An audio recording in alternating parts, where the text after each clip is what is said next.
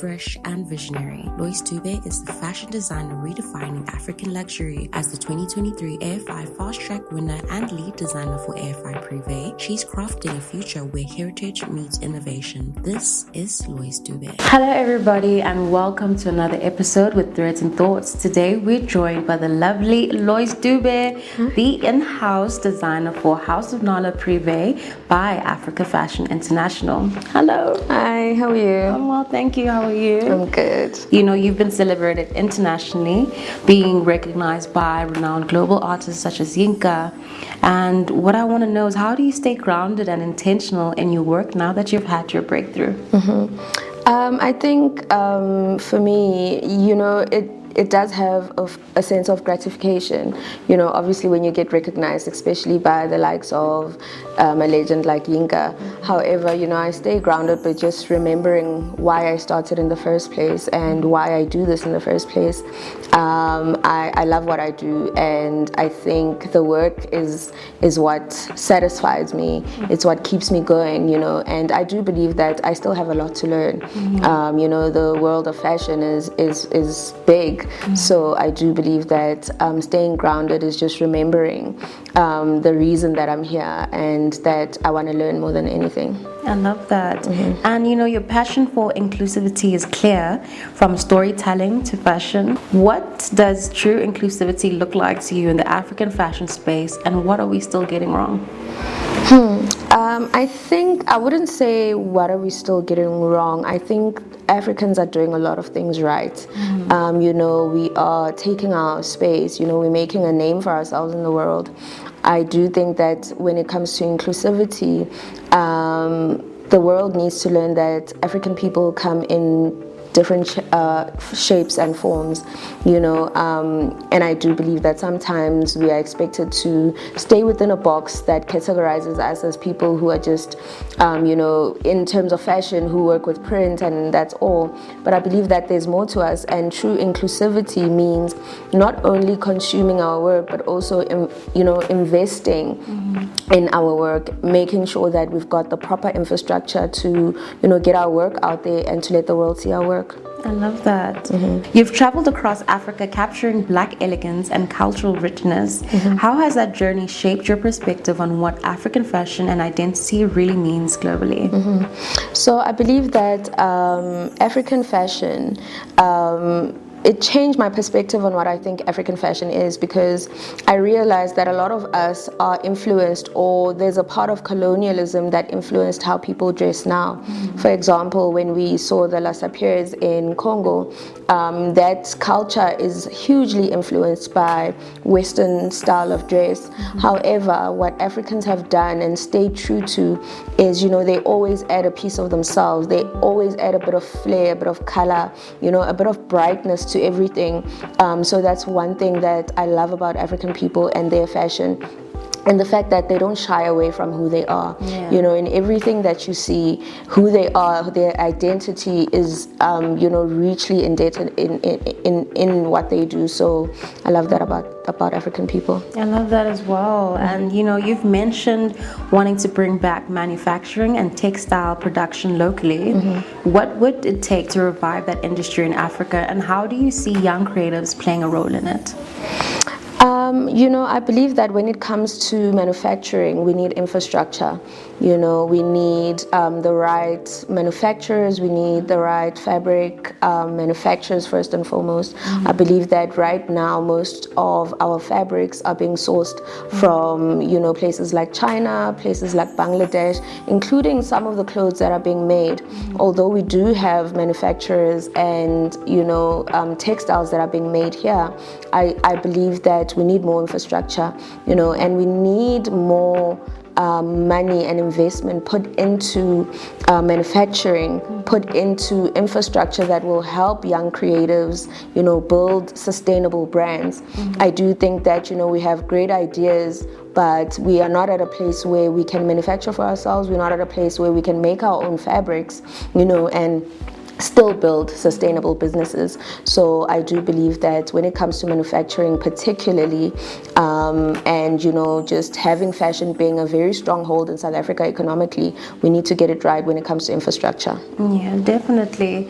And Fast Track was a major moment. Congratulations on that. Thank you. And now you're working full-time with AFI. What's next for you? How do you keep building with purpose now that the spotlight is on you? I think, like you said, Fast Track was an amazing journey, and it taught me a lot. It brought me together with a lot of people, with a lot of amazing creatives.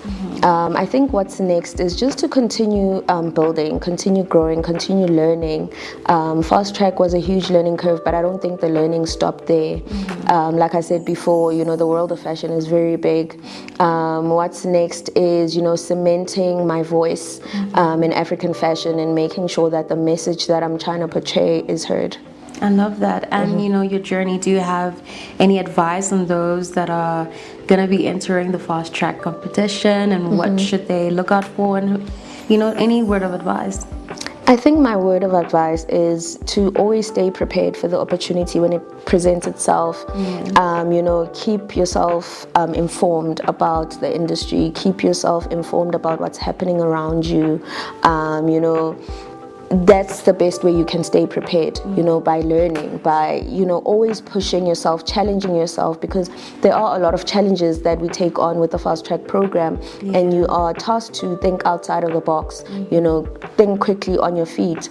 So if you know about your industry, if you're well informed, you've done half of the job for yourself, so, stay prepared because you want the opportunity. You just have to stay ready and, arm yourself. Definitely.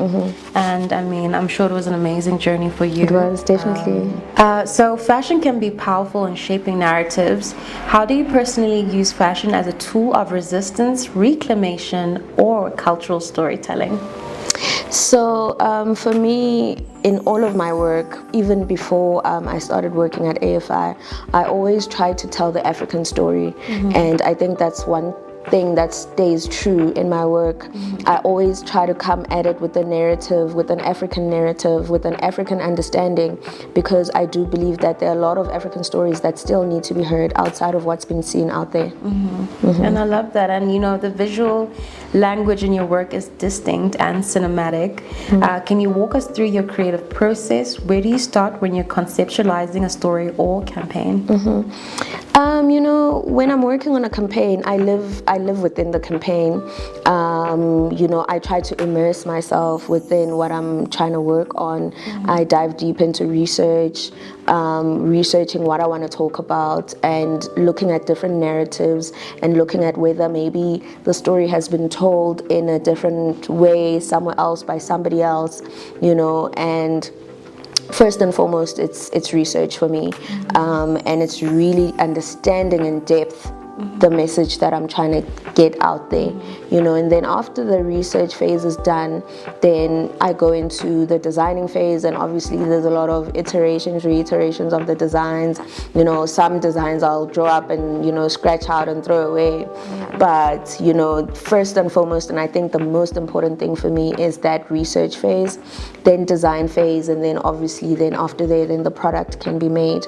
However, I do think that one thing that is important for me is to make sure that the story stays within the product throughout, and there are little pieces of that story or little pieces of that story in that garment that the customer can feel or resonate with when they wear the product. Oh, I like that. And now that you spoke about the customer aspect, do you believe your mood plays a role in whatever you want to wear? Of course, I believe that it plays a role. Sometimes I wake up on a weekday and I feel like, I just want to put on some joggers, a tracksuit and a hoodie. I want to be comfortable, and sometimes I'll put that on, and sometimes I'll wake up and think, today I want to look professional. I really want to be on my boss babe mood today, so I'll put on a blazer, make sure that I'm done up all good from head to toe. So your mood does play a role.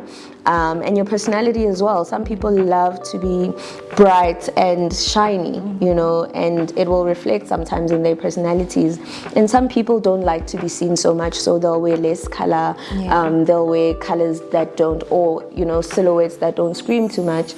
So I do think that those things play a very important role in how you dress, and not that there's one that's right or wrong. I think that everybody needs to feel comfortable in what they wear. Definitely. So what inspired your look for today? I love this. It's funny. It's a funny story, but today I woke up and there was a song that was playing in my head. A song by Moloi-Mtetwa, and I think he was very young as well. He was a teenager back in the 90s, I think. And there was a song that he sang with the two other kids, and that song is like "Ooh Babuya Jole next door." So that song was just playing in my head, and I was wondering what would they be wearing if they were singing the song. And I was like, what's in my wardrobe? And then this is how I came up with this look, and that song has been ringing in my head since morning. So yeah, that's the mood for today. That's dope. And that's another thing, music and fashion go hand in hand. I Definitely. love that. And this is by you guys. I love this. The It color. looks good on you. What color is this? Like, what do So you that's think? like a beige Melton. It's made out of Melton fabric. Wow. It's perfect for winter. Yeah. Very soft, very comfy. But it gives a very cool, edgy look. It's different from what you'd find like a normal safari jacket at the store. We really thought, and first of all, this is a men's wear look, but looks so good. So I think it reads as a unisex item as well. Looks lovely on you, by the way. Thank you. But yeah, it's available for pre-order in our at the House of Nala website, and yeah, you can definitely get one for yourself. Definitely. Well, thank you so much for taking the time to sit down with us. Thank you. Thank you so much. Thank you so much. And that's all from us, Threads and Thoughts, and we'll see you next time. Thank you for tuning into today's episode.